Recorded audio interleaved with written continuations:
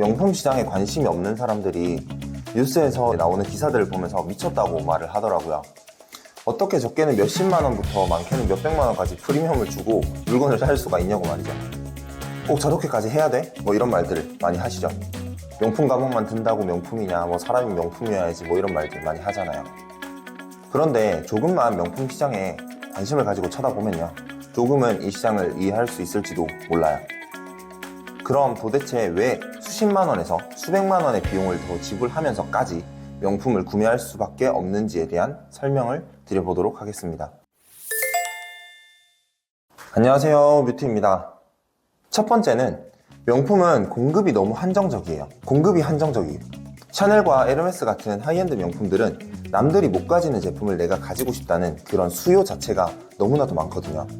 근데 그 수요와 공급을 이용을 하는 게 이 명품 브랜드들이에요. 그런 시장이기 때문에 공급을 극도로 일부러 제한합니다. 그래서 가격을 계속해서 올리는 전략을 취해요. 당연히 수요가 공급에 비해서 항상 많을 수밖에 없죠. 그러니까 사람들이 원하는 제품을 사고 싶다고 내가 매장에 직접 가더라도 살 수가 없어요. 그게 현실입니다. 모두가 가지고 싶어 하기 때문에. 사실 이걸 그렇게까지 해서 사야 돼? 라는 질문을 던지기 시작하면요, 이 사치품 시장을 절대 죽을 때까지 이해할 수가 없어요. 내가 이걸 진짜 필요해서 사야 된다 라고만 생각하면 이 세상에 사지 말아야 될 게 훨씬 더 많거든요.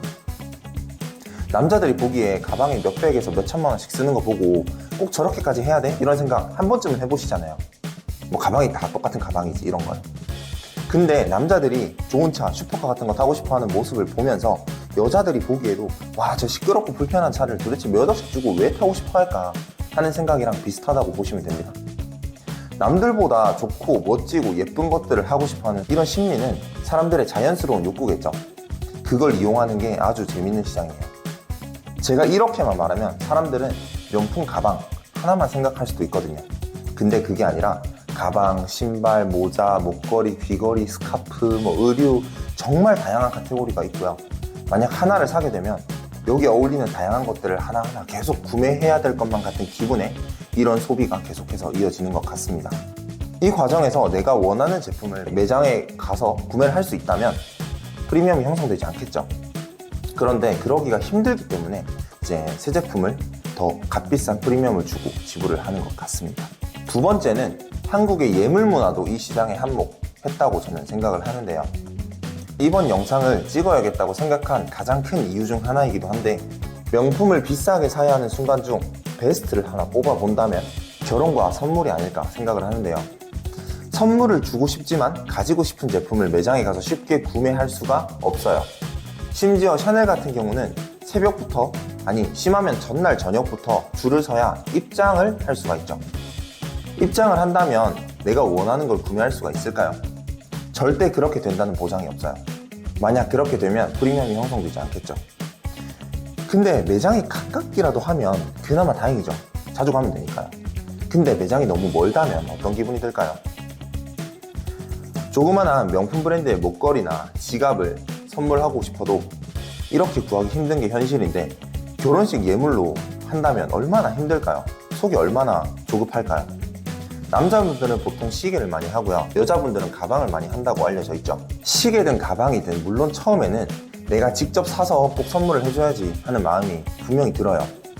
근데 평일에는 회사 생활하고 주말에는 열심히 백화점에 가는데 이게 쉽지가 않겠죠. 물론 이렇게 해서 내가 원하는 제품, 선물해주고 싶었던 그런 제품들을 구매할 수 있다면야 그것만큼 좋은 게 없고 참 다행이지만, 위에 말씀드렸듯이 수요에 비해서 공급은 너무 한정적으로 만들어내는 게 명품 브랜드의 현실이기 때문에 원하는 제품을 내가 원하는 날에 꼭 맞춰서 산다는 것 자체가 사실 힘이 듭니다.